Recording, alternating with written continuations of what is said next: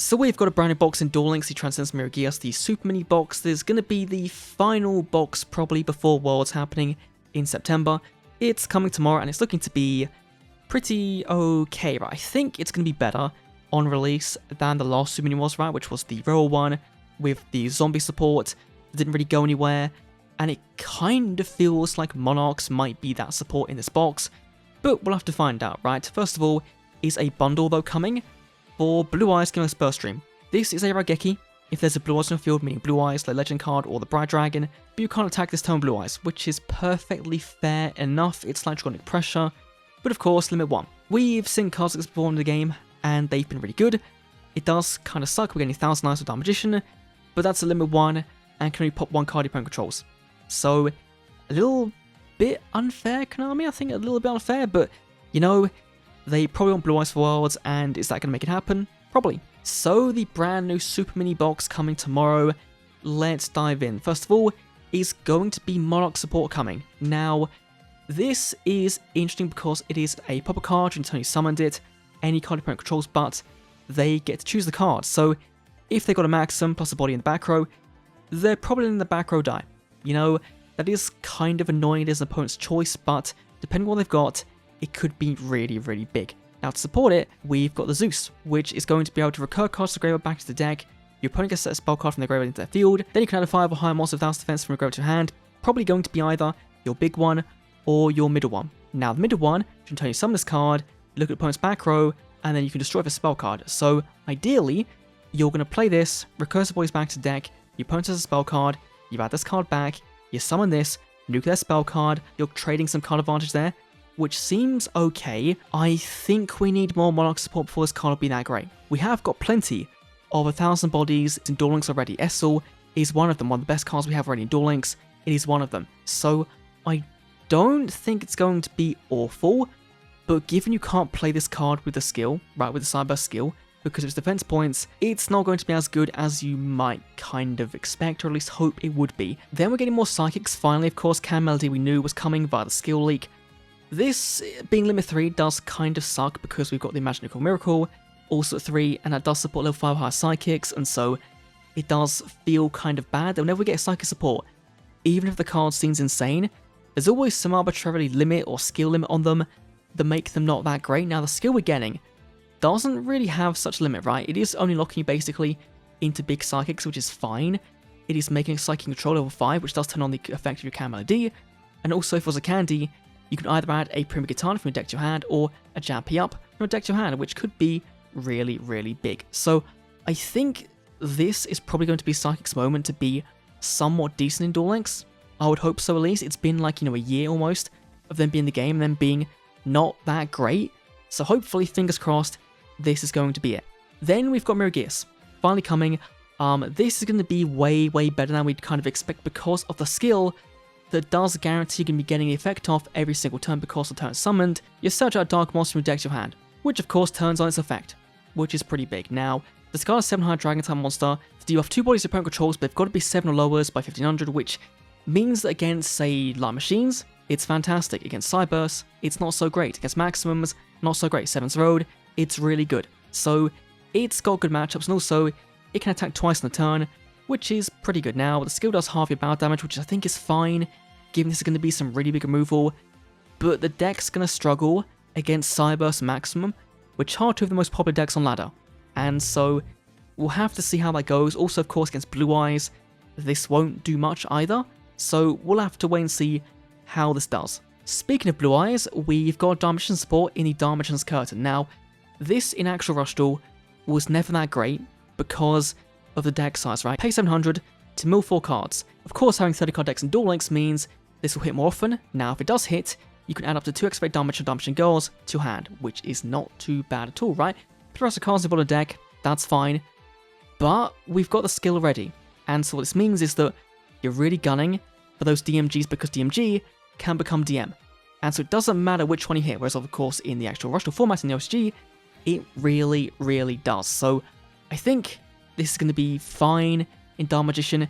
It is going to suck if you do play this and you do Excavate, the 1 of 1000 Knives or Legend Trap card right putting the bottom of the deck, that's going to suck really hard, but it's probably worth playing if you can get rid of it in the same turn, either for, say, a Torna or for a DMG, that'll work out quite nicely. Then we've got more Aqua support, finally after what, 8 months of Mimi being in the game as a rerun character, more support. First of all, is Brick Throne Yan Yan. One card I think people have been wanting to come to Rush Duel for so long. Now, it is a -1, which is not great.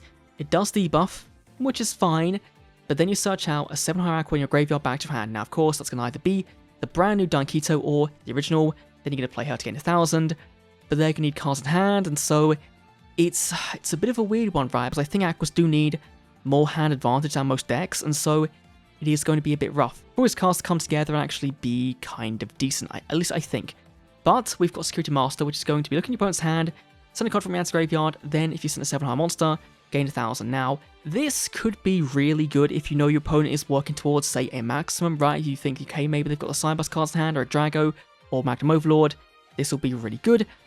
Going, I guess, first you can use this to get snipe out, say, a Mirror Innovator, and also get hand knowledge, right? That's going to be really powerful going into the rest of your turn.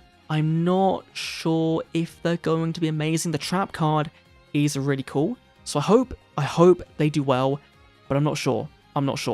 Then let's go to Trap card first of all, is Imprison Beautiful Witch. Now this works when your opponent summons a monster when you've got face up 8 or higher Aqua in your field, so either going to be your OG Dankito, your new one, shuffle up to 5 bodies in your opponent's graveyard back to the deck. Now, that can be really devastating if they summon, say, a Mirror Innovator, right? Of course, going second, they're going to be gaining a bunch of attack points. They can't do that against, say, a 7th Road, of course, gaining less attack points.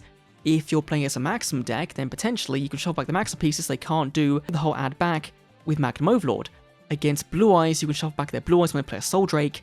That can be massive as well.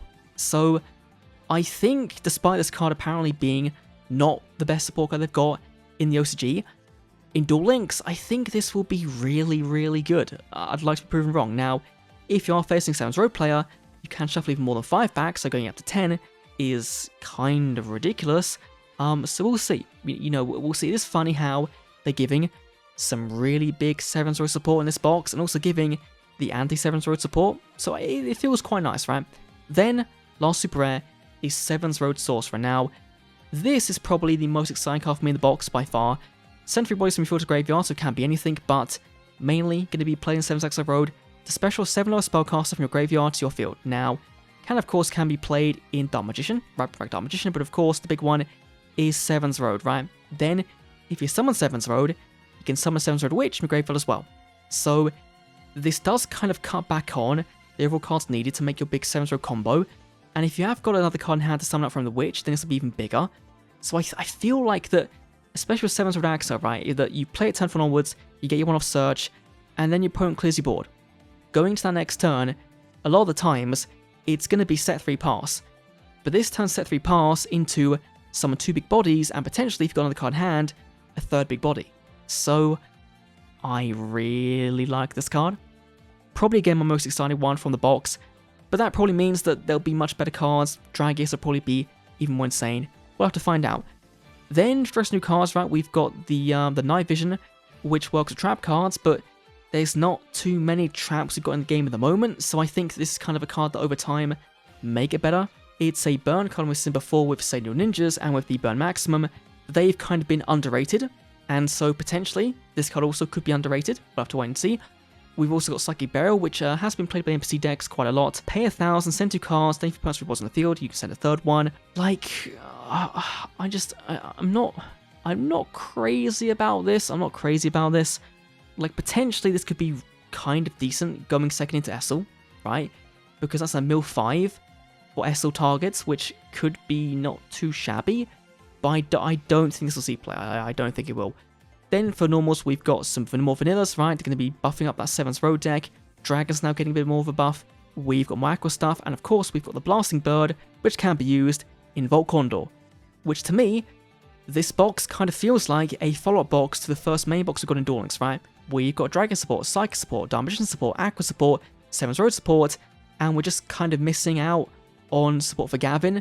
But I guess Mega Monarchs, you can kind of maybe adjust your definition a bit. This is an aggro card at the moment. Until we get more Monarchs in Duel Links and maybe a skill for them, they will be just that. But overall, the box seems fun, right? At the end of the day, that's an important thing. The box seems fun. Will it be top tier? I think at the moment Miragias probably has the best shot, and I think that, of course, 7th Road getting better is going to be great. But we'll see. We'll see how things kind of do.